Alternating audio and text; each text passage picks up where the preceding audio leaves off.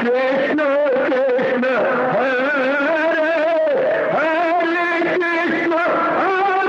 कृष्ण कृष्ण कृष्ण हरे हरे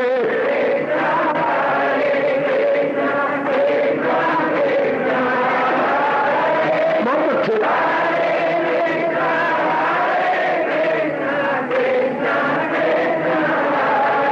अब अपनी शहंशाह की आज आरती बड़े प्रेम और श्रद्धा से उतारे।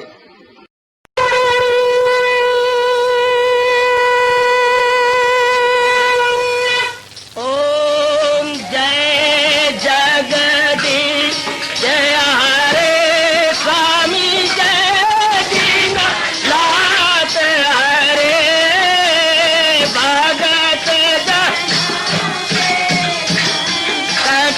दास जनों के अवगुण क्षण में दूर करे। हरिओम जय जगदीश हरे जो ध्यावे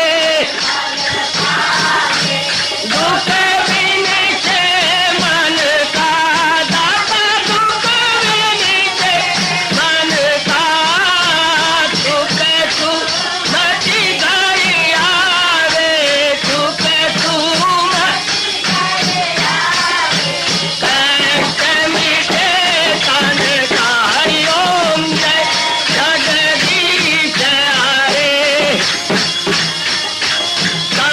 तुम मेरे शरण पड़ूं मैं किसकी स्वामी तुम बिन और न दूजा प्रभु बिन और न हाथ करूं मैं जिसकी। हरिओम जय जगदीश हरे तुम पूरन मातम तुम अंतरयामी स्वामी तुम अंतरयामी पार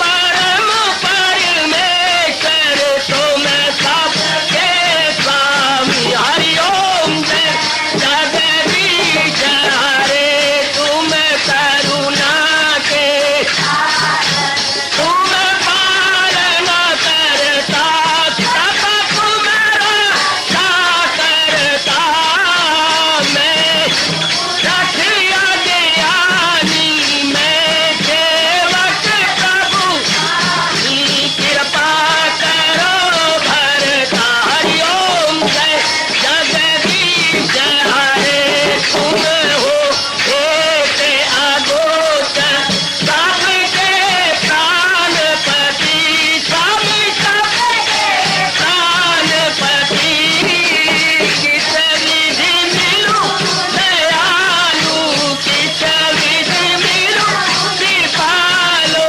तुमको मैं तुम। हरिओम जय जगदीश हरे दीना बंधो ठाकुर तुम मेरे स्वामी रक्षक तुम मेरे अपने हाथ उठाओ अपनी शरण लगाओ द्वार पड़ा मैं तेरे। हरिओम जय जगदीश हरे विजय विकार पाप हरो देवा स्वामी कष्ट हरो देवा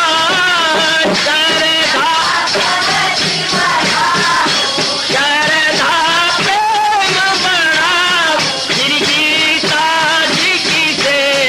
हरिओम जय जगदीश हरे मन धन सब कुछ है तेरा सब कुछ है तेरा तेरा तेरे अर्पण तेरा तेरे समर्पण क्या लागे मेरा। हरिओम जय जगदीश हरे जय जगदीश हरे स्वामी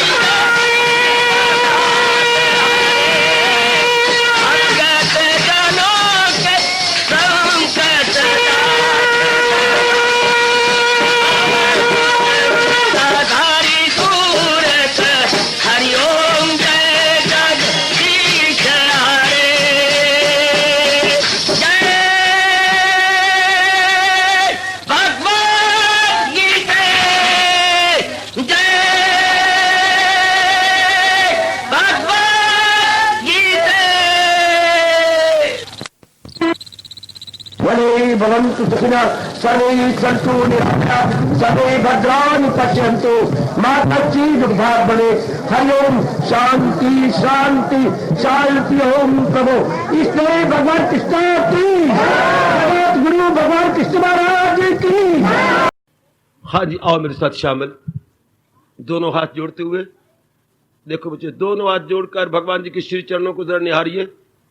ओम नमो भगवते वासुदेव प्रभु। ओम नमो भगवते वासुदेव प्रभु। ओम नमो भगवते वासुदेवाय।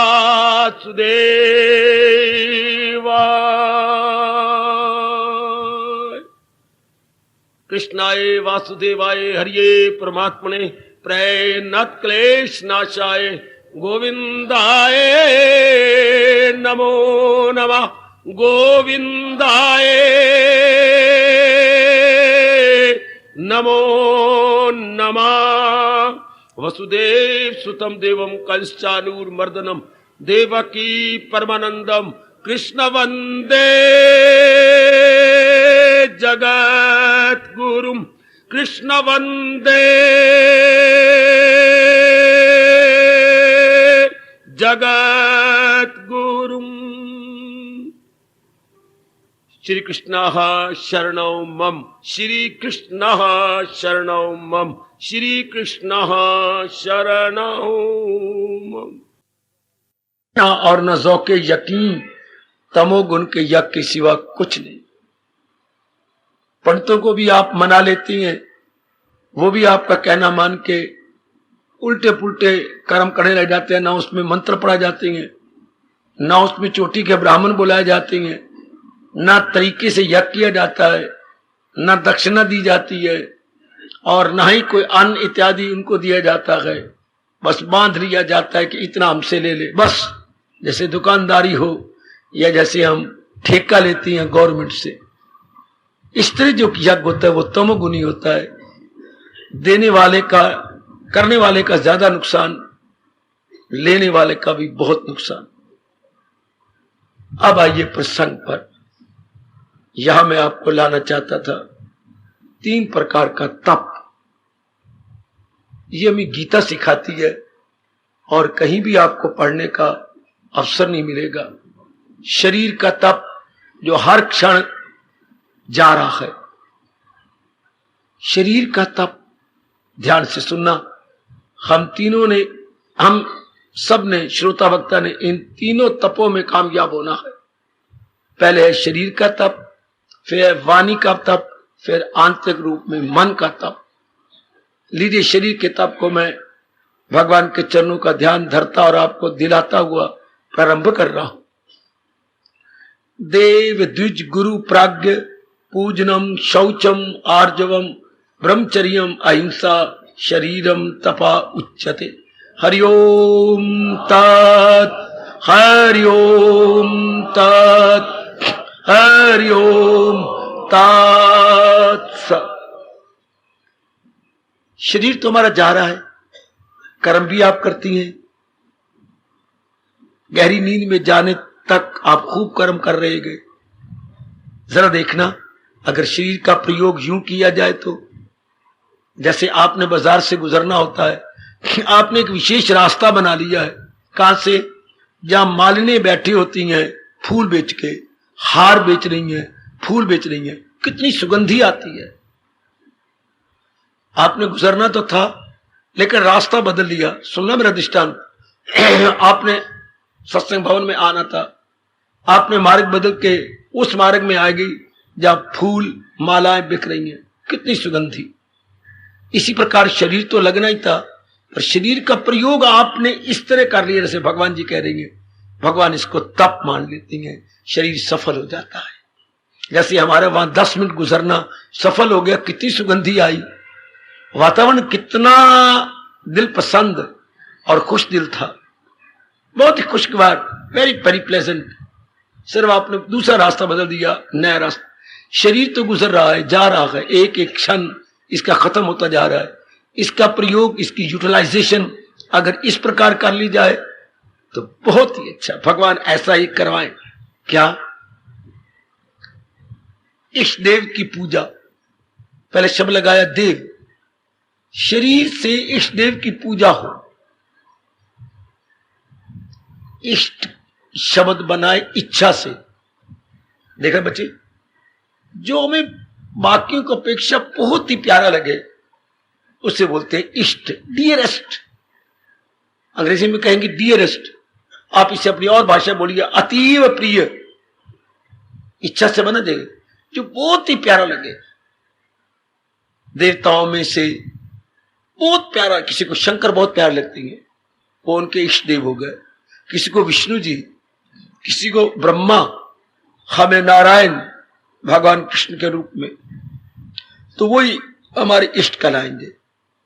अब उनकी पूजा, पूजा का अर्थ भी अनेक नहीं जानते, वो ठीक है, एक विशेष प्रकार का पावन विग्रह और उनके पूजा करना, धोना, ये सेवा करना बहुत सुंदर।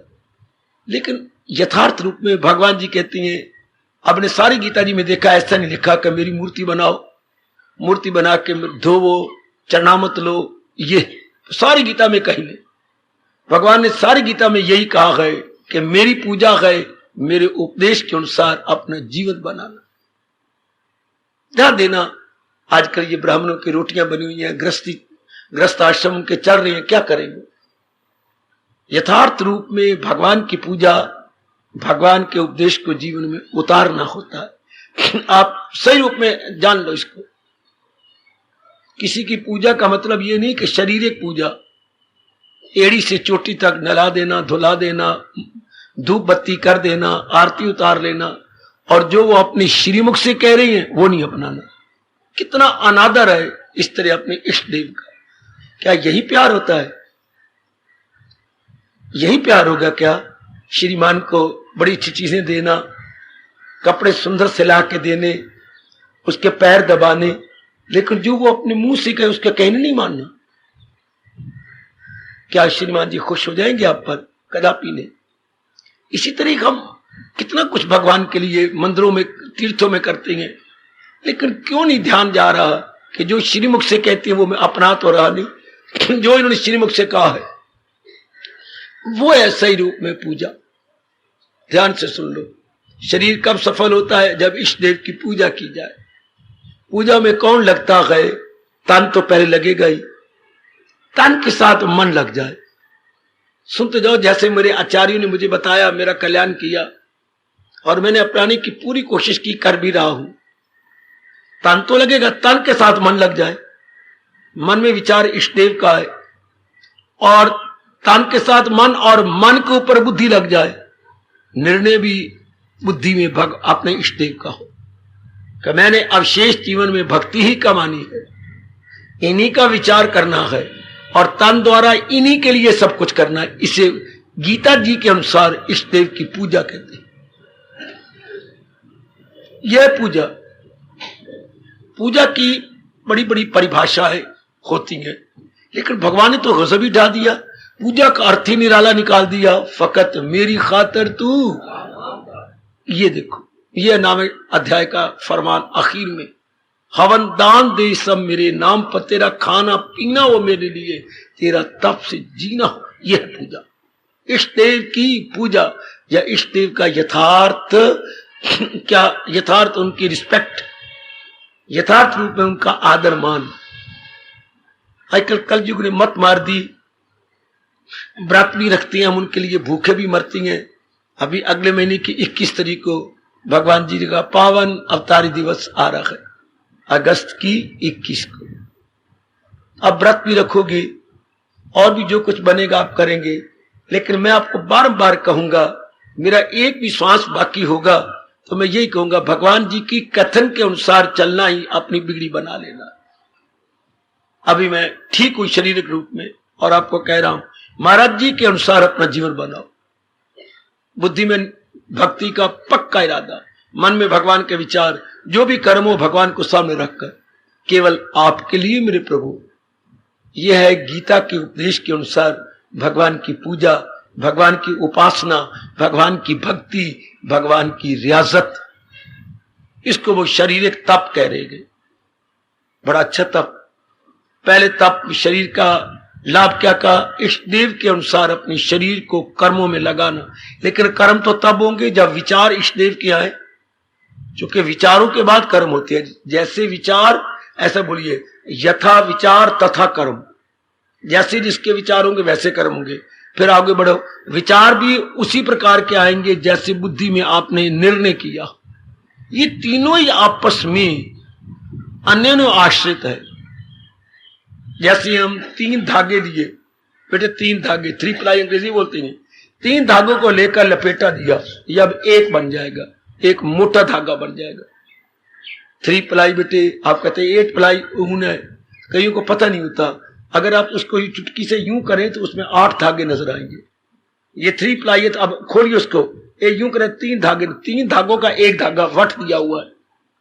तो अगर 8 प्लाई की होगी तो ऊन वो भारी होगी, ज्यादा सर्दी आप सहन कर सकेंगे। तो इस पहाड़ों वालों की 10-10 प्लाई, 12-12 प्लाई के बनती है स्वेटर, तो मोटा, ताकि सर्दी सह सके। इसी तरह मेरे सज्जनों, हमारे ये 3 प्लाई का तप है। बुद्धि में जैसा इरादा, लपेटा दो मन को, मन में वैसे विचार, लपेटा दो तन को, वैसी क्रम। ये 3 प्लाई पूजा हो गई। बुद्धि में इरादा भक्ति का, मन में विचार इष्ट देव के, कर्मों में उन्हीं की खुशी के लिए पकड़ लो। अगर पहले नहीं पकड़ा तो अभी पकड़ लो। इसको भगवान पूजा कह रहे हैं। इष्ट देव जी की पूजा अर्थात भले ही आप पावन मूर्ति घर में रखें या ना रखें, उसके एड़ी से चोटी तक नहलाएं या ना धुलाएं, पर सबसे पहले जरूरी है भगवान के उपदेश को मानना, भगवान के उपदेश को मेरे जैसों से समझना, शंकाओं का समाधान करना, अपनाना। मौज बहार, बड़े मेरे प्रभु खुश होती हैं।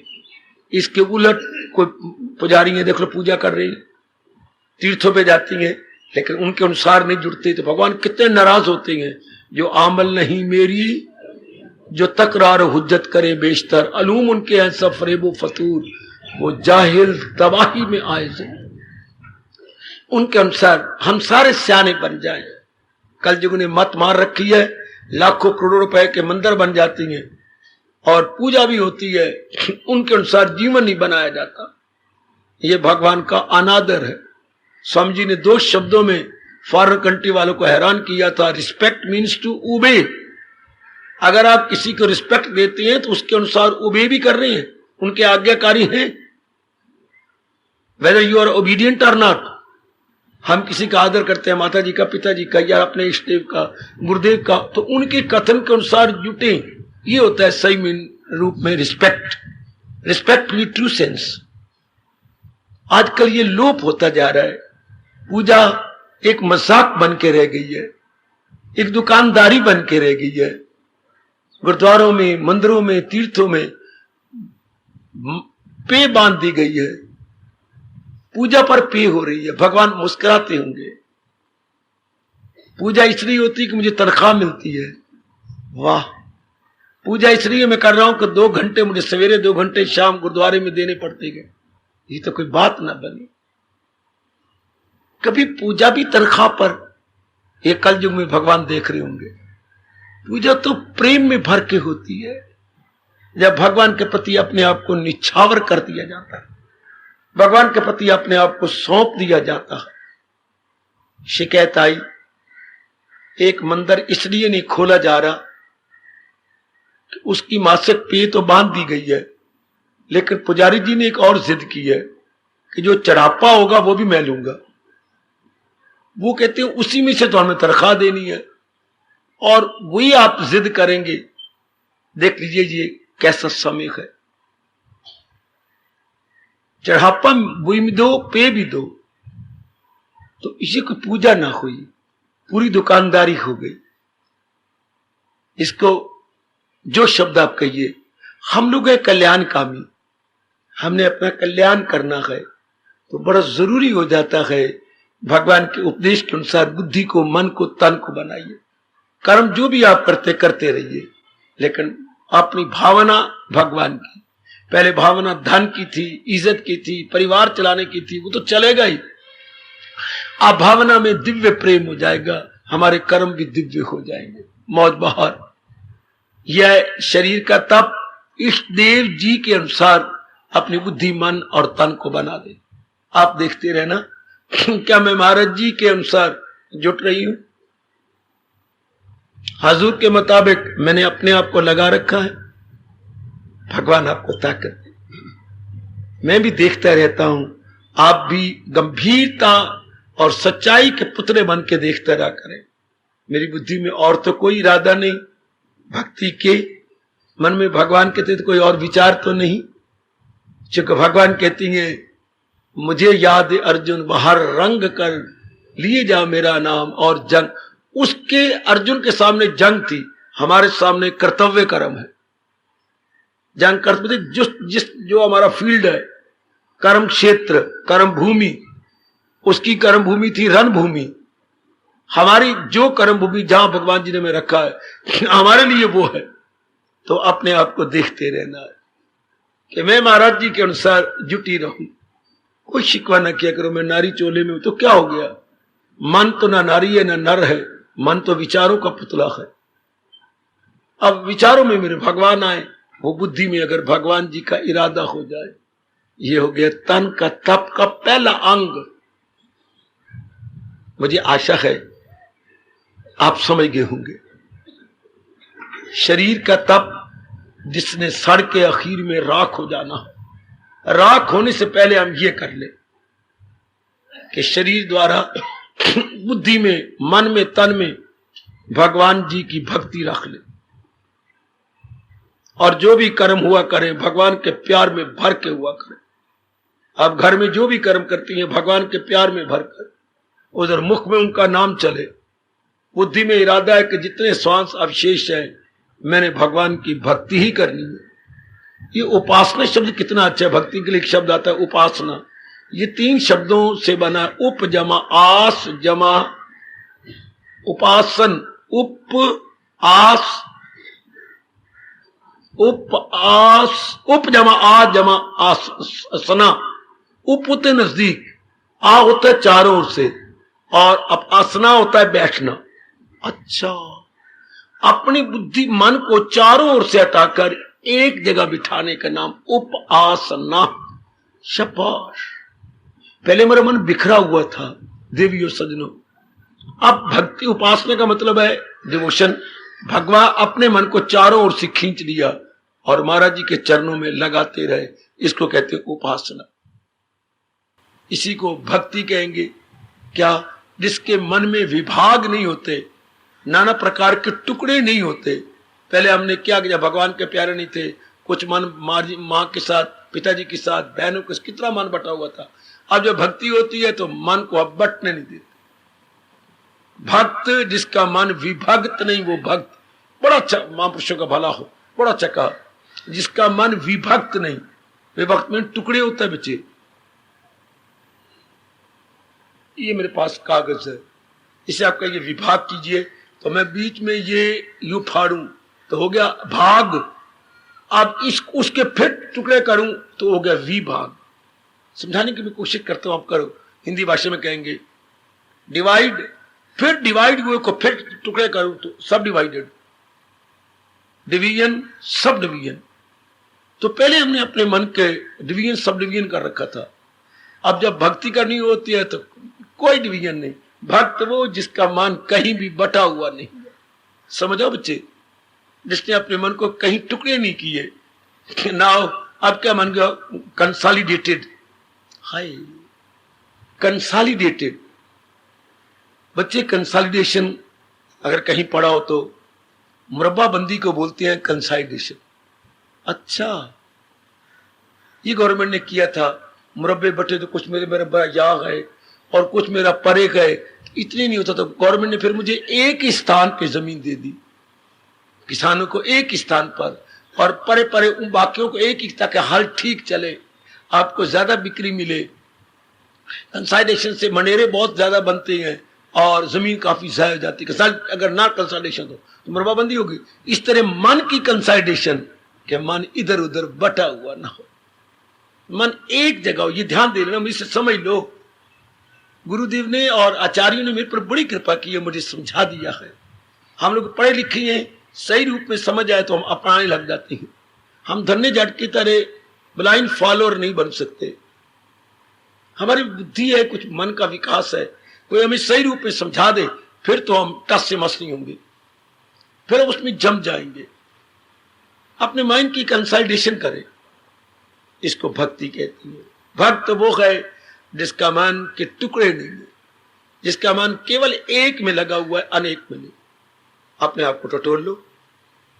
यह है इष्ट देव की पूजा। आप देखती रहना, आप देखती रहना मेरी देवियों, कि आपका मन एक में है ना। नारी का चोला है, भगवान ने आपके मन को बहुत ही नरम बनाया हुआ है, चूंकि मां बनाना था। जब तक मां का मन स्नेह से ना भरा हुआ हो, ममता से ना भर जाए, तब तक आप बच्चे नहीं पाल सकती। स्नेह प्लस ममता इज इक्वल टू जननी।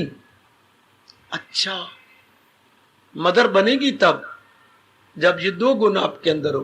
तो जहां दो गुणों के मन नरम होगा, नरम मन से भक्ति नहीं होती है। मन कठोर हो, एक में लग गया, अब और कहीं कठोरता मतलब एक में लग गया और मैंने कहीं लगाना, ये अवस्था बन जाए तो आप बाजी दे गए। ये अवस्था बस मैंने मन लगाना भगवान में है, भगवान ही मेरे सब कुछ है।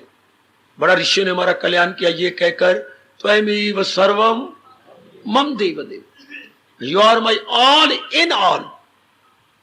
चल, बड़ी मौज की बात जिसने ये जान लिया, ऑल इन ऑल, अनेक में तुम एक हो, अनेक में तुम ही एक हो, अनेक में तुम ही एक हो।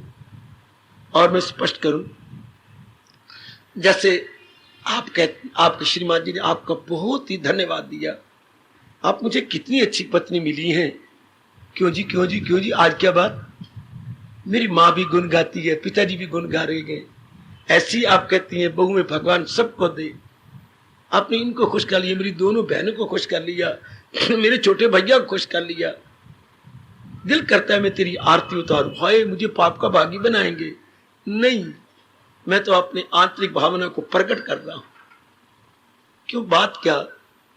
आप इनकी दिलो जान से सेवा करती हैं, जरा भी नहीं मालूम होने देती कि ये आपको कोई और है, गैर है, या कोई तुम ऊपर से आई हो।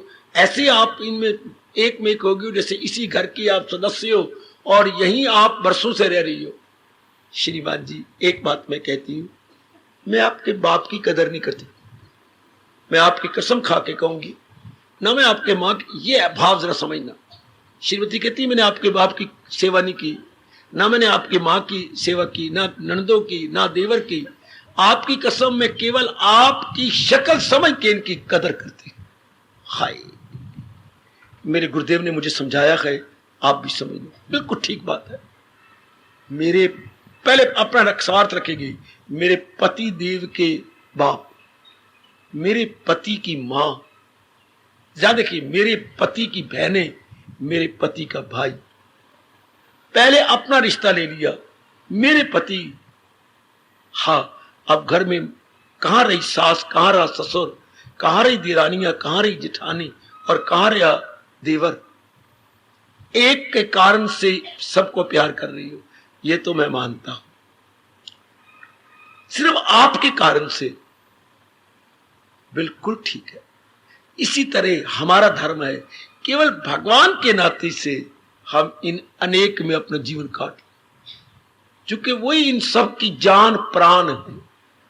जरा सा वो जान प्राण निकली किसी में से, चाहे हमारा कितना नजदीकी रिश्ता है, खत्म। चाहे मैं हूं, चाहे आप है, हमारा रिश्ता उस आत्मा के कारण से है। और वो आत्मा क्या है? ज्योति स्वरूप है।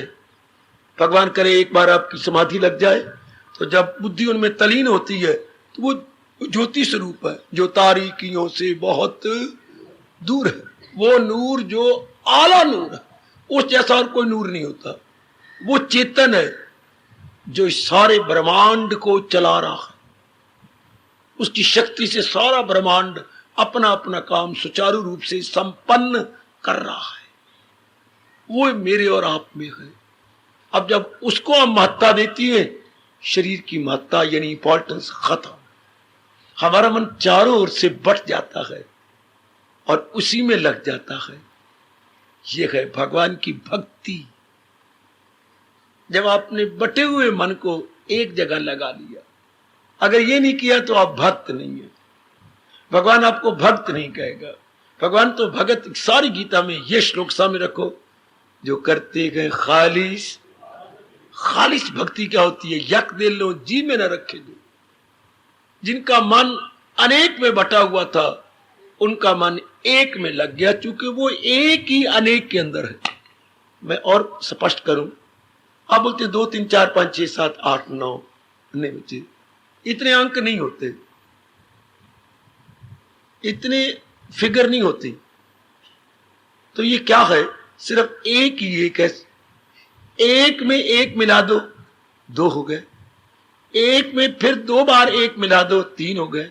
एक ही मल्टीप्लाई कर रहा है, एक ही बढ़ता जा। मान लो बिल्कुल एक के में 3 बार हमने एक डाला, 4 बन गया।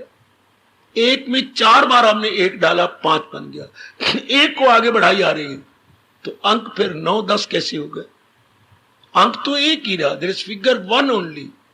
हाँ बेटी, एक ही फिगर है, वो ही बढ़ती जा रही है। संसार यही है। संसार में तो यूनिटी, इकाई ही इकाई है। अगर दहाई सैकड़ा बनती हो तो एक ही क्या बढ़ता जा रहा है, एक को जरब लगती जा, उर्दू में बोलते हैं जरब, एक एक गुना होता जा रहा है। अपनी भाषा में क्या गुना, एक अपने आप बढ़ता जा रहा है। दूर न जाओ, घर में आ जाओ। हम घर में बोलते हैं ये मेरी माता जी, ये मेरी 4 बहनें, ये मेरे 5 भाई। गलत।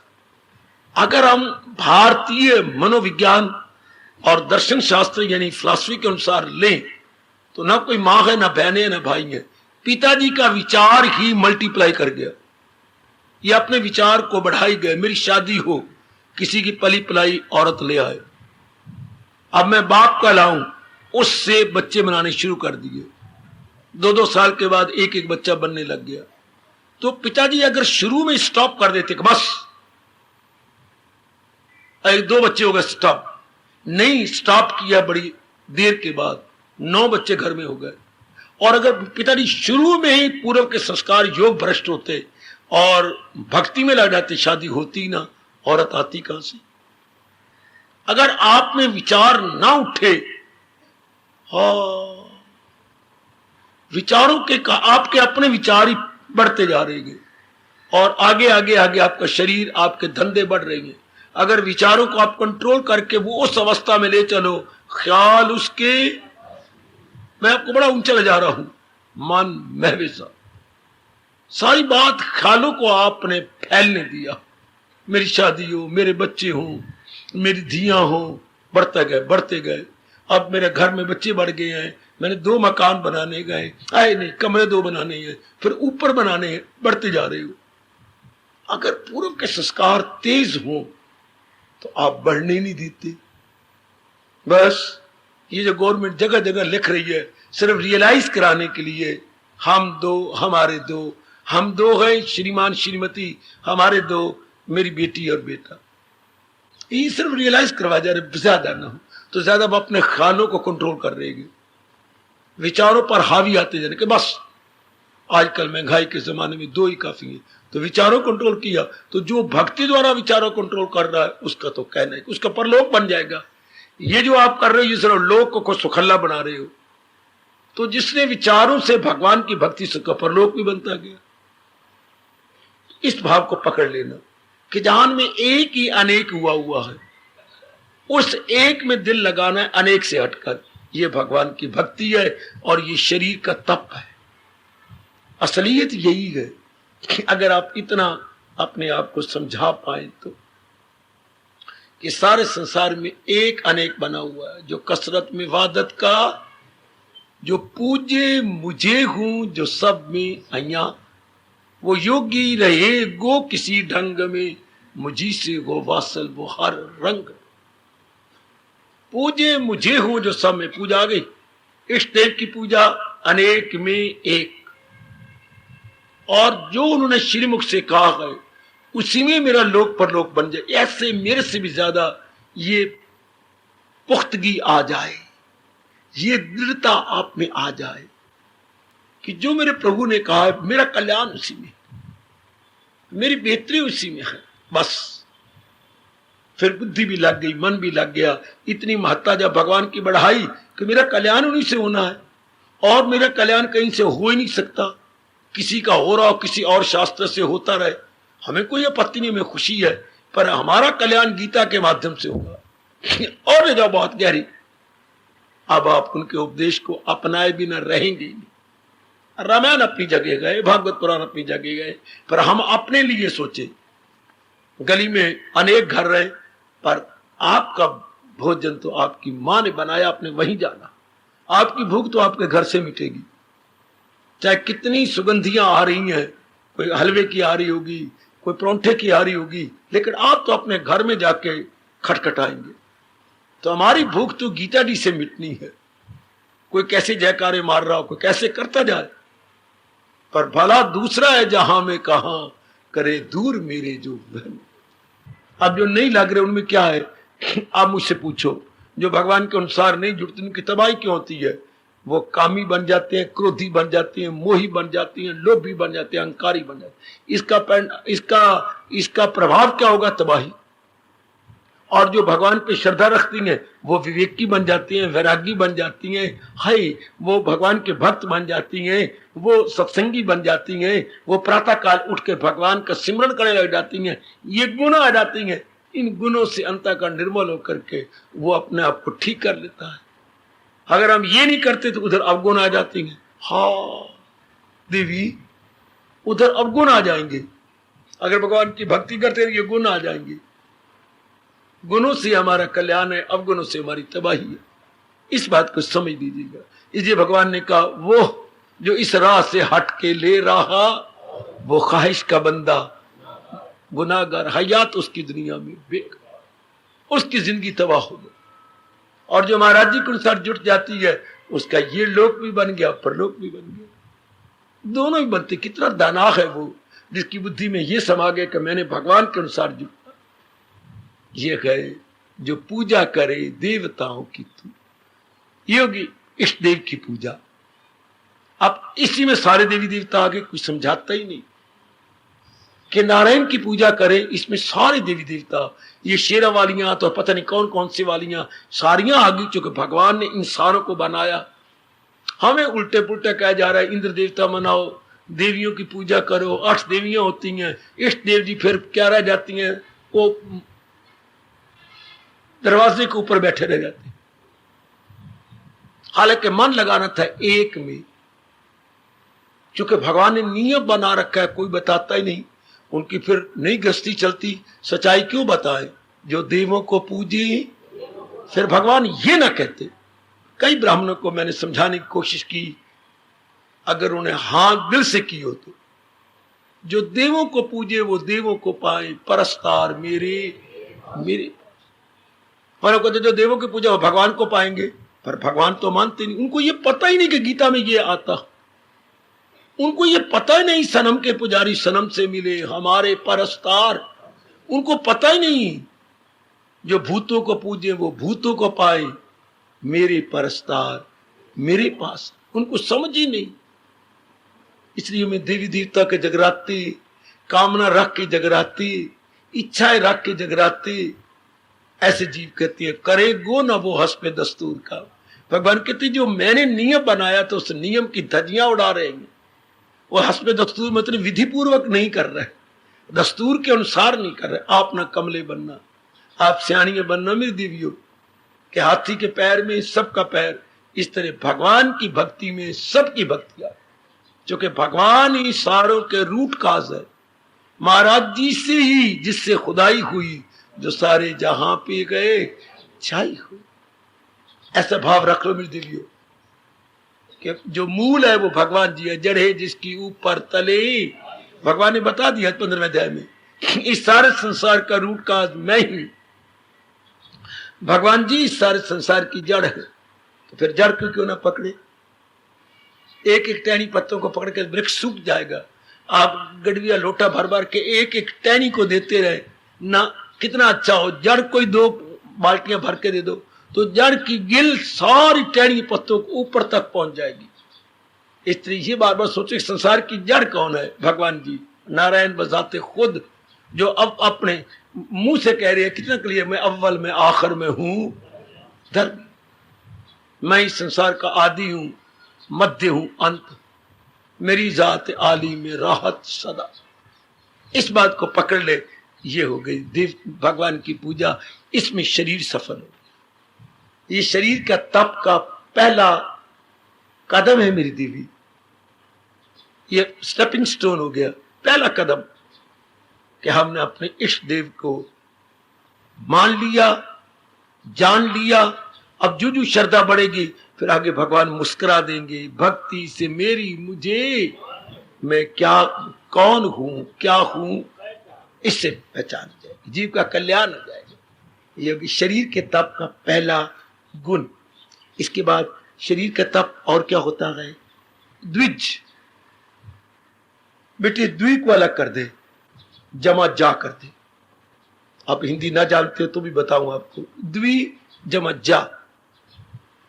जैसे आप कहती हैं सरोज, सरोज कोई शब्द नहीं। सर जमा ओज, सर मैंने तालाब, जय मैंने उत्पन्न होना। जो तालाब से उत्पन्न हो वो कमल। नीरज कोई शब्द नहीं। नीर जमा जा, नीर मैंने जल, जा मैंने उत्पन्न होना। जो पानी से उत्पन्न हो फिर वही कमल। इस तरह ये ले लो। द्विज जो 2 बार पैदा हो, जा मैंने उत्पन्न होना। द्वि तो 2 होता है, त्रिय 3 होता है, चतुर्थ ये तो आपको पता ही है। 2 बार उत्पन्न हो, 2 बार। सुनो कैसे, एक बार तो मां के पेट से पैदा हो, 5, 6, 7 साल का हो जाए, फिर किसी पहुंचे हुए गुरुदेव के पास चला जाए और उसकी सेवा करे दिलो जान से। उनके अनुभव को ले कर उनकी सेवा, तो सीख उनसे, उनसे ज्ञान की बातें ले, उनका अनुभव ले, उसकी कमाई करे, उसको अपने मन में रखे और उसके अनुसार बुद्धि और मन को बनाए और अनुभवी हो जाए, अंदर के कपाट खुल जाए। ये दूसरा जन्म गुरु के ज्ञान से हो गया। एक बार मां की पेट से, वो कितनी दूर जा रहा है हमारा वैदिक धर्म, हमारा कोई अनुपम धर्म। किसी को सूझबूझ ही नहीं होती ऐसी। ये दूसरा जन्म अनुभवी गुरु के ज्ञान से जो जन्म हुआ, बुद्धि कोई और हो गई। मां बाप ने तन को पैदा किया, गुरुदेव ने मन और बुद्धि को निर्मल कर दिया। उससे ज्ञान से वो दोबारा पैदा हो गया। इसलिए बोलते हैं द्विज। किन के लिए था? ब्राह्मणों के लिए। क्या ब्राह्मणों को शर्म नहीं आएगी अगर गीता पढ़ेंगे कि मेरा दूसरा जन्म तो हुआ ही नहीं, मैं तो सिर्फ मां के गंध से, जेर से पैदा हुआ हूं, पिता के गंदे खून से पैदा हुआ हूं। है बस आगे पवित्र करना था गुरुदेव के ज्ञान में जाकर, उससे बुद्धि और मन को निर्मल करना था। तो द्विज वो जो अनुभवी ब्राह्मण है, जिसका दोबारा जन्म है। लेकिन सर अर्थ ले लो, जो किसी पूछ हुए के पास जाकर तप करता रहा, उनका तजर्बा लेता रहा, ले लेके उन्होंने बुद्धि और मन को लालो लाल कर लिया। जैसे एक बार लोहा निकलता है जमीन में से, काले रंग वाला, हाँ ये लोहा है, और इसका दूसरा जन्म दे, इसको अग्नि में डाल दो, अब ये अपना रंग छोड़ देगा। क्या हो जाएगा? लालो लाल, अग्नि का रंग ले लेगा। इसे कहेंगे ये द्विज है। दूसरा जन्म लिया इसने अग्नि में से, अपना स्वभाव छोड़ दिया। इस तरह उसने मां बाप का स्वभाव छोड़ दिया, पहुंचे हुए गुरु के ज्ञान को ले लिया। ब्राह्मणों को कहते थे वरना वो ब्राह्मण ब्राह्मण कहलाने का हक नहीं रखता जो दोबारा जन्म जिसका किसी अनुभवी से ना हो। सार रूप में कह दिया, ब्राह्मण सो जो ब्रह्म पहचाने, जो भगवान को पहचान ले वो ब्राह्मण है। अब रामलाल का पुत्र श्यामलाल ब्राह्मण, रामलाल शर्मा पुत्र श्यामलाल शर्मा नहीं, हमारे शास्त्र इनकार करता है। इसी का अर्थ और भी लो, द्विज का मतलब पक्षी भी होता है। द्विजे क्षे चाराती नभ चाराती, पक्षी नभ में ब्रह्म थोड़े उड़ते हैं। अब दूसरा अर्थ हो गया, इनका भी 2 बार जन्म होता है। इसलिए संस्कृत ने पक्षी को भी ले लिया द्विज। कैसे? एक बार मादा के पेट में से अंडा निकला, हाँ, फिर ये दोनों नर और मादा उसके ऊपर गरमाइश देते रहे, उसने रंग बदला और मादा ने विशेष जगह चोंच मारी और बीच में बच्चा निकला, ये द्विज कहलाया। हाय हाय, एक बार अंडा, दूसरी बार उसका सेवन करने से सजीव बच्चा, पहले निर्जीव अंडा, उसमें जीव कोई नहीं था, बाद में सजीव लगा रहा हूं, सजीव जीव निकल आया, पक्षी बन गया। इसी तरह महाराज जी क्या कहती हैं, शरीर का तप क्या है, इष्ट देव का तो पूजन करेंगे उनके अनुसार, लेकिन किसी अनुभवी ब्राह्मण की जाके शरीर से सेवा कर, ये तो गए भूल। हमने वैसे ब्राह्मण मान के उनको दान दे, उनका पट्टा ही बिठा दिया। अब वो ना तो तप करती हैं, न जप करती हैं, न भजन करती हैं, न त्याग करती हैं, न किसी पहुंचे के पास जाके उसका ज्ञान लेती हैं, न उसकी कमाई करती हैं, इसी पे रह गए, बुद्धि मारी गई, जायल हुई अक्ल। आजकल तो सवाल है, डाउनफॉल है ब्राह्मणों का। वो उनको शर्म नहीं आती कि मैं जो इतना दान लेता हूं मैं अधिकारी हूं। अधिकारी तो अनुभवी होता है, जो आपको कुछ दे भी सही, आपको अपने तप का कुछ अंश दे, बल्कि क्या था शास्त्रों में, लेंगे आपसे 54, देंगे आपको 12। हाय वो मेरा तिगुना आपको देंगे। थोड़ा सा अपना वस्त्र, रोटी और कपड़ा ले लेंगे और उसके इवज में आपको देंगे कितना, तो आजकल देते क्या है, लेते कितना ज्यादा है। भट्ठा बैठ गया, बारी उल्टा, कोई मर जाता है उसके कफन भी उतार लेते गए। उनको महाब्राह्मण बोलते हैं, उनका शब्द बना हुआ बेटे महाब्राह्मण, अर्थात बहुत ज्यादा बोझ उठाने वाले गधे। जो बहुत ज्यादा बोझ उठाए उसे टट्टू बोलती है ना, खच्चर बोलती है ना। इनको तो हक ही नहीं बनता, इनको तो ब्राह्मण दान वो ले सकता है जो अनुभवी हो, जो द्विज हो। ये मेरी बात पकड़ लेना भगवान कृष्ण जी की। द्विज जिस तरह दोबारा जन्म हो, ज्ञान में जन्म हो, मन बुद्धि तलीन हो जाए गुरुदेव के उपदेश में, और फिर लालो लाल बन के पैदा हो, वो ब्राह्मण है। कुछ समझाने योग्य या कुछ आपसे लेने योग्य, लेकिन देगा आपको बहुत ज्यादा, लेगा बहुत ही कम। शाबाश। ऐसों से ऐसे हमारे पहले गुरु कहलाते थे, ऐसे अनुभवी ब्राह्मण हमारे गुरु थे, और आज आपकी आंखों के सामने है। या मेरे स्वामी जी कहा करते थे, जिस किताब के ऊपर 2 रुपए लिखे हुए हैं, 10 रुपए कौन देगा आपको? किताब लिखा है प्राइस ₹2, मूल्य केवल 2 रुपए, तो कोई 10 रुपए निकाल के थोड़ा देगा। हाँ बाबा ठीक, आजकल ब्राह्मणों ने अपना मूल जितना रखा है उतनी उनकी कदर हो रही है। दृष्टांत देखो कहां ले गए, जितना ब्राह्मणों ने अपनी कीमत रखी है कदर भी उतनी हो रही है। आओ ब्राह्मण जी मेरा ये कर दो, मेरा ये कर्म कांड, ये ब्राह्मणों का धर्म था। हाय नहीं, तप करना ब्राह्मण का धर्म था। हाँ, याद हक करना कराना है फकत ब्राह्मण का काम, खल्क को रास्ता दिखाना है फकत ब्राह्मण का काम। आजकल नहीं, कल युग है। अब मेरे भगवान कह रही है, जा अपने शरीर को सफल कर।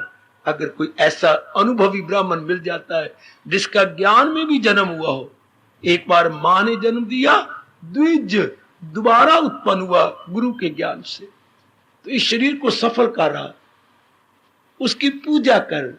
क्या मतलब? उसके नजदीक बैठ और उसको खुश कर, और उसके बाद कहे महाराज जिस कारण से आपका अनुभव हुआ थोड़ा सा मुझे भी समझा दो, थोड़ा सा हमारा थोड़ा सा दे दो।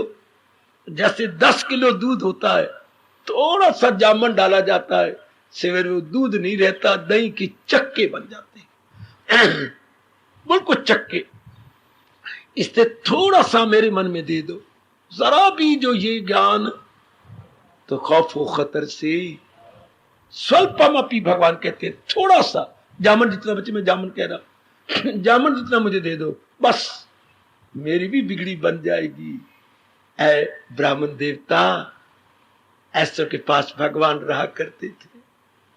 मैं एक ब्राह्मण को सामने रख के खुद भी आपके सामने प्रणाम करता हूं। और ब्राह्मणों का, अनुभवी ब्राह्मणों का रूप क्या होता था, एक ही, मेरे भारत के इस कोने से लेकर उस कोने तक, जिसका हर बच्चे की जबान पे नाम है, नास्तिक की जबान पे नाम उसका नाम है, आस्तिक की जबान पे तो है ही, नास्तिक भी उसका नाम लेती है, नर नारी के, ये है ब्राह्मण। इनका लिबास देखो चीथड़े, इनके पैरों देखो नंगे, इनका सिर देखो जैसे पता नहीं कितने दिन हो गए, और इसके रोम रोम देखो भगवान मुस्कुरा रहे गए।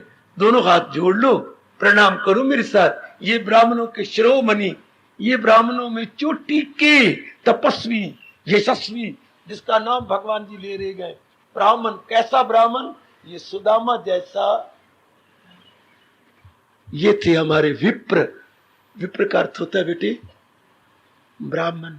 विप्र सुदामा आए, विप्र ब्राह्मण, ये तपस्वी।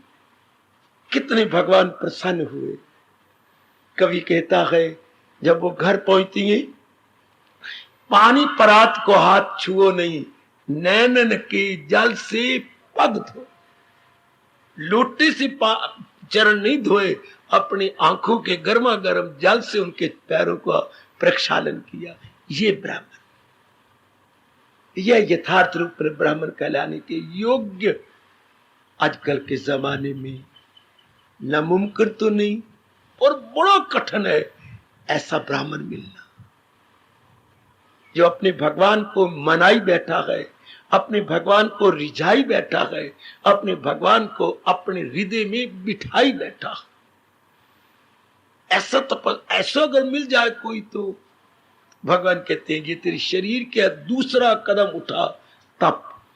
पहला कहता इस दिन के अनुसार अपने शरीर को बनाना, वो उनके उपदेश के अनुसार। दूसरा, कोई द्विज मिल जाए जिसका दोबारा जन्म हुआ हो ज्ञान में, अपना शरीर उसकी सेवा में लगाना। महाराज आप ये पानी भरते गए, मुझे ये सेवा दे दो, मैं ये आपका पानी भर दिया करूं। अच्छा, भर लिया कर। महाराज आप ये भिक्षा के लिए जाते गए, हाँ मुझे आज्ञा दो, मैं आपका सवेरे शाम भोजन दे दिया करूं। अच्छा, दे दिया कर। तो ये छोटे छोटे कोई ना कोई उसकी सेवा पकड़ ली, कोई ना कोई। महाराज कपड़े आपके फटे हुए गए, अगर आप मुझे आज्ञा दें, मैं कपड़े कुछ सिला दूं, इससे आपका तन ढप जाए। अच्छा, जैसी तेरी इच्छा। तो इस तरह वो सेवा करती हैं, महीना 2 महीने, साल 2 साल।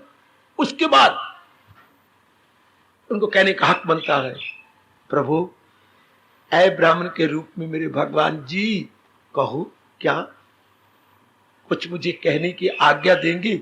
जरूर। अगर आप मेरी सेवा से कुछ खुश है, बहुत खुश हूं, तो मुझे जो भगवान ने दिया, मैंने दिलो जान से आपके शरीर की सेवा करने की कोशिश की। मेरे पास तो यही कुछ था, ठीक है, आपके अंदर जो छिपा हुआ है थोड़ा सा मुझे भी दे दो। ऐसे मांगते थे। आपके अंदर जो छिपा हुआ है, हाँ, क्या मैं अधिकारी हूं आपके उस अनमोल खजाने में से थोड़ा सा लेने के लिए? जरूर।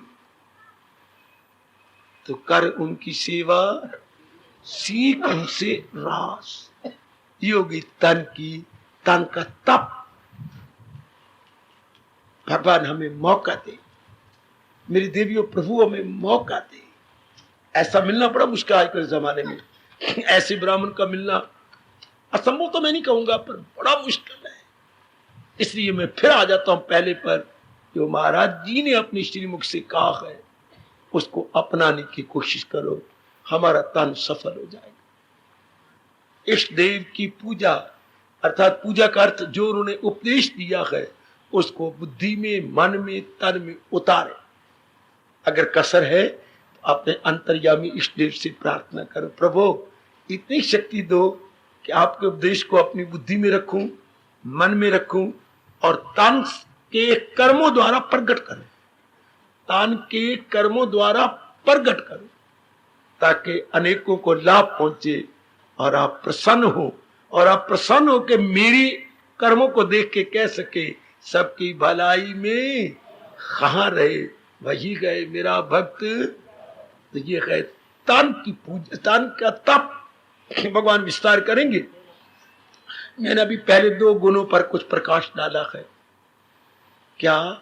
इष्ट देव की पूजा अर्थात उनके उपदेश को अपनाना, पंच द्विज जिसका दोबारा जन्म ज्ञान से हो गया उसकी टहल सेवा, सेवा शुश्रूषा, जो उसमें कमी देखे उसको पूरा करे और लग जाए उसके अंदर, फिर खुश जब हो, फिर खुशी के बाद कर उनकी सेवा, पहले लगातार इससे वो खुश हो जाए और उसके बाद कहे प्रभु जो कुछ आपके अंतःकरण में है थोड़ा सा मुझे भी दे दो, इतने थोड़ा सा। उस वक्त हम रो के कह सकती हैं आपके एक नजर की बात है और मेरी जिंदगी का हार्दिक धन्यवाद, हार्दिक आशीर्वाद। फिर वाणी का तप, फिर भगवान अंदर प्रवेश करती हैं, मन का तप। प्रभु देंगी शक्ति, जिन्होंने ये सारा वातावरण तैयार किया है वो में अवश्य में शक्ति प्रदान करेंगे। मेरी कल्याणकामी देवियों और मेरे सज्जनों, कि हम भगवान जी के अनमोल कथन के अनुसार अपने आप को बना सके, अपने आप का संवार सके। आते हैं इसलिए अपना जीवन सफल करे। तो यह है शरीर का तप, मतलब शरीर तो जा रहा है, इसका उत्तम प्रयोग कैसे किया जाए, एकाग्र रहना सब के सब, उत्तम प्रयोग, द बेस्ट यूटिलाइजेशन हाउ। बहुत कमाल का प्रश्न है। जा तो रही है, प्रयोग तो हम कर रहे हैं, उत्तम नहीं कर रहे। जैसे सब्ज मंडी के अंदर फल की टोकरियां होती हैं, 30 टोकरियां आम की पड़ी है, बड़ा कमाल का आम है। अब यहां पर देखा कि एक टोकरी के ये 50 रुपए दे रही है। टेलीफोन किया, ओह बराड़े में वही पेटी 70 की बिक रही है, और उन्हें फोन किया करनाल में वही पेटी 80 की बिक रही है। फटाफट ट्रक मंगवाया, आरती ने भरे और ले गया कि मेरे ट्रक पर लगना ही क्या है, थोड़ा सा जो बड़ी बचत है, 50 का 80 का। तो उस टोकरी के ज्यादा से ज्यादा उसने प्राप्त कर लिए वहां जाकर। यही हाल हमारा होना चाहिए कि शरीर की टोकरी का उत्तम प्रयोग कैसे, तब का मतलब होता है यही अर्थ, उसका उत्तम प्रयोग हम कैसे करें। तो भगवान जी से बढ़कर बताएगा भी कौन, बड़े अच्छे ढंग से मेरे प्रभु समझा और बता रहे। प्रभु आपको शक्ति दिया, गृहस्थ आश्रम में है, भगवान ने आपको प्रेरणा दे के बुला लिया है। अब ये भी शौक पैदा कर लो कि जो मेरी भगवान कह रही है शरीर छोड़ने से पहले मैं कर लूं। ये ना कहा कर लूंगी जो अब सारे कह रही हैं, मैं सुन भी रहा हूं, लेकिन मैं इसमें और भी संशोधन करना चाहता हूं। शरीर छोड़ने से पहले मैंने करना है, शरीर छूटने से पहले मैंने करना है। ये भाव अपना बना लीजिएगा, क्योंकि महाराज जी ने कहा है ये न छोड़ा अभी जिसने मगर कर लिए जेर, अपने अधीन कर ली सब कमजोरियों को, और वो भी शरीर छोड़ने से पहले। ये एक शौक पैदा कर लो, चाहे आप वृद्ध अवस्था में हैं, चाहे आप प्रौढ़ अवस्था में हैं, युवा अवस्था में हैं, किसी भी अवस्था में आप बैठे हुए हैं। ये भी एक बड़ी अच्छी क्लास या श्रेणी है जिसमें हर उम्र वाले आए बैठे हैं, हर उम्र वाले। यहां तक भी अगर जरूरत कहूं तो अभी जो पैदा नहीं हुए वो भी पेट में बैठे सुन रहे हैं। भगवान की बड़ी कृपा है, बड़ी दया कि आप को मेरे भगवान जी अपनी वाणी सुना रही हैं। इसमें यह करे कि शरीर छोड़ने से पहले मैंने कर, जैसे लड़के को, बच्चों को, छात्र को, स्टूडेंट को होता है, इम्तिहान आने से पहले मैंने पूरी तैयारी कर लेनी है। इसी तरह हमारा भी एक शरीर छोड़ना एक इम्तिहान होता है। इम्तिहान कैसा कि वृत्ति सिवाय भगवान के कहीं न जाए। बड़ा भारी इम्तिहान है कि मैं इतना अभ्यास कर जाऊं कि मेरी वृत्ति उस समय जाना आप सबने है भगवान में टिकी रहे। इसके लिए काफी पहले अभ्यास। दूसरे अध्याय का अंतिम श्लोक क्या, दमे वापसी भी जो ये हासिल उसे ब्रह्म निर्वाण। तो तरीका सीखिए गीता जी से और यही भाव रखिए कि शरीर छोड़ने से पहले मैंने कुछ करना, ठोस रूप में करना। शाबाश। तो शरीर के तप में क्या, इसका उत्तम प्रयोग क्या हो, इष्ट देव जी की पूजा। पहला शब्द लगाया देव, अपने इष्ट देव जी की पूजा, अर्थात जो मेरे इष्ट देव भगवान कृष्ण अपने श्रीमुख से बता और समझा रहे हैं, इसके अनुरूप मैंने जीवन बनाना, इसके अनुसार मैंने अपने आप को ढाल लेना। करो मुकाबला जितना भी हो सके।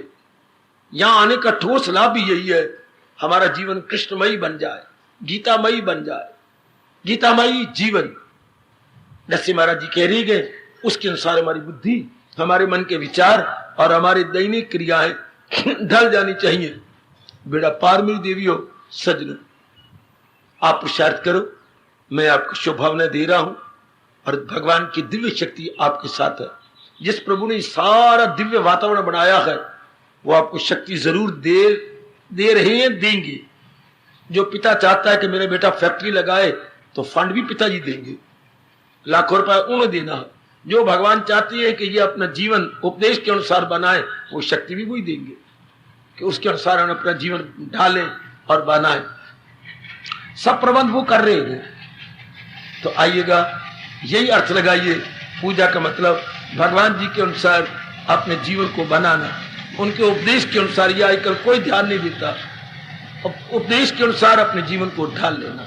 उसके बाद द्विज, शरीर का उत्तम प्रयोग क्या है, अब आपको ये पता ही नहीं लगेगा। आजकल जमाने में बहुत कम द्विज होते हैं जिसका दोबारा ज्ञान में जन्म हुआ। ऐसे ब्राह्मण, ऐसे तपस्वी ब्राह्मण कहूं, एक बार उन्हें मां के पेट से लिया, फिर द्वि में दोबारा जय में उत्पन्न हुए, दोबारा गुरु के ज्ञान से उत्पन्न हुए। द्विज का मतलब मैंने पक्षी बताया था, पहले अंडा, अंडे में से पक्षी, उनका भी 2 बार जन्म होता है। इस तरह ब्राह्मण पहले मां के पेट से और फिर गुरुदेव जी के ज्ञान से। अब ऐसों की सेवा तो मैं संकोच में कहूंगा, क्या कहूं, ऐसे मिलने आजकल अति कठिन है। जो जाति के ब्राह्मण हो और रब तक जिनकी रसाई हो गई हो, ब्राह्मण सो जो ब्रह्म पहचाने, इसमें आप कुछ समझ नहीं पाएंगे। मैं कोई विस्तार भी करूं तो क्या करूं, मेरे प्रभु मुझे क्षमा करें। दूसरा इसका है गुरु, और जरा इस पर विचार करें। गुरु की सेवा, हमारे यहां ये बचपन से ही शब्द प्रचलित है। गुरु 2 शब्दों से बना जाता, ध्यान लेना, बड़ी गलतफहमी समाज में इस कलयुग ने फैला दी है। गु होता है अंधेरा, रू होती है रोशनी। जो हमें अज्ञानता रूपी अंधकार से निकाल ले और ज्ञान रूपी रोशनी में ले चले, उनको हम गुरु कहते हैं। हमारे महापुरुषों को गुरु कहते थे। From darkness lead me to light. Darkness का अर्थ है अज्ञानता, गु अज्ञानता रूपी अंधकार, रू ज्ञान रूपी रोशनी। जो अज्ञानता रूपी अंधकार से निकालकर हमें ज्ञान रूपी रोशनी में ले जाने में समर्थ हो, उनको हमारा देश अनादिकाल से गुरुदेव के नाम से पुकारता चला आ रहा है, पुकारता चला जाएगा। चूंकि ये धर्मभूमि है, धर्मभूमि में किसी का मार्गदर्शन हमारे लिए अनिवार्य होता है। अब फिर मैं कहूंगा, क्या पता लगे, गुरु के लिए भगवान ने कहा तत्ववेता हो। तत्ववेता, तत्व मैंने परमात्मा, वेता मैंने अनुभवी, परमात्मा का अनुभवी हो। लेकिन आजकल तो आप देख ही रहिए, हर गली का गुरु, हर घर का गुरु। इतने अगर गुरु समाज में होते तो मेरा देश तरक्की ना कर जाता। इतने नहीं है, ये बहुत थोड़े। कपड़े पहन लेना बड़ा आसान, घर बार छोड़ देना आसान, बारी वेशभूषा बना, लेकिन अंदर को तपा देना, वृत्तियों को निकाल देना और बिल्कुल खड़े हो जाना, साबत कदम रहना, आजकल बड़ा असंभव सा होता जा रहा है, बड़ा कठिन होता जा रहा है, क्योंकि इसमें आप इज्जत देती हैं, बड़ी ज्यादा मान देती हैं, उनकी कामना पूरी करती हैं, फटाफट वो गुरु बन जाते हैं, फटाफट कच्ची अवस्था में, और आपको पता ही कोई नहीं। हमारे जैसा कुछ पुरुषार्थ करे तो पता लग जाता है क्या आंतरिक अवस्था है, लेकिन कैसे पता लगे। इसलिए मैं कहूंगा फकत शास्त्र को पनाह रह। जहां तक गुरु का सवाल है, जो भगवान जी बता रहे ये जगत गुरु है, जो इन्होंने कहा है इसके अनुसार जीवन बनाई जाए। गीता गुरुओं को भी महागुरु है, गुरुओं की भी महागुरु, इससे हमें मार्गदर्शन मिलता है। ये हमारी यथार्थ रूप में गाइड है, फ्रेंड है, फिलॉसफर। और टंटे में ना पड़ना मेरी देवियों, कोई ऐसी बात नहीं जो भगवान ने आपको बताई ना हो, बौद्धिक रूप में, मानसिक रूप में, सामाजिक रूप में, पारिवारिक रूप में और पारलौकिक रूप में, आपके व्यक्तिगत रूप में, सब क्षेत्र की का घर पूरा किया हमारे प्रभु ने। इसलिए बड़े ध्यान के साथ, बड़ी होशियारी के साथ गुरु बनाने में छलांगे मत मारो, पश्चाताप करना पड़ता है। अंबी ही गए और पका हुआ आम भी होता है। अंबी से अचार पड़ता है, आम का रस मुंह में जाता है, क्या पता लगे कोई कच्ची अवस्था में है कि पक्की अवस्था में। इसलिए भगवान ने ये टंटा खत्म कर दिया, फकत शास्त्र को बना रहे नुमा। शास्त्र क्या करेगा, करना है क्या, और ये आपको गाइड कर देंगे। हमारे प्रभु आपको बता रहे हैं, समझा रहे हैं, बुद्धि उन्होंने आपको दे रखी है। गीता को समझने के लिए भी तो विवेकी बुद्धि चाहिए। जैसे 10वें अध्याय में भगवान ने कहा कि जिस पर मेरी कृपा होती है देता हूं उनको वो दानिश का यो हो जाती है मुझसे वासल बोलो। ऐसी विशेष कृपा भगवान दे देती हैं जिससे हम भगवान के दिव्य दर्शन को योग्य। किसी ने विदेश में जाना हो तो उस देश का वीजा मिलेगा तब आप जाएंगे। केवल अपने देश का पासपोर्ट बना लेना मुश्किल नहीं है, लेकिन वो उस देश वाला भी तो आपको, उसे बोलते हैं वीजा, उस देश वाला भी तो आपको आने का परमिट दे, आने की आज्ञा दे, देन एंड देन आप उस देश में प्रवेश कर पाएंगे। इसी तरह क्या अब हम लोग भगवान जी की गीता पढ़ते हैं, पर भगवान भी तो अपने अंदर प्रवेश करने का वीजा दे, अर्थात विशेष बुद्धि दे, अक्ल सलीम या विवेक की बुद्धि, वो भगवान आपको दे रहे हैं। इसलिए गुरु के झगड़े में ना पड़ना, वरना बड़ा वक्त ज़ाया करोगे, आपको कोई समझ नहीं है। कबीर जी ने इसलिए रो रहे थे कि कलयुग ऐसा गंदा आएगा, जाके पीछे 10-20 है ताका नाम महंत, कि कलयुग के अंदर फूटेगी आंख विवेक की, लखे न संत संत, विवेक की बुद्धि मारी जाएगी। हार्दिक धन्यवाद, हार्दिक आशीर्वाद।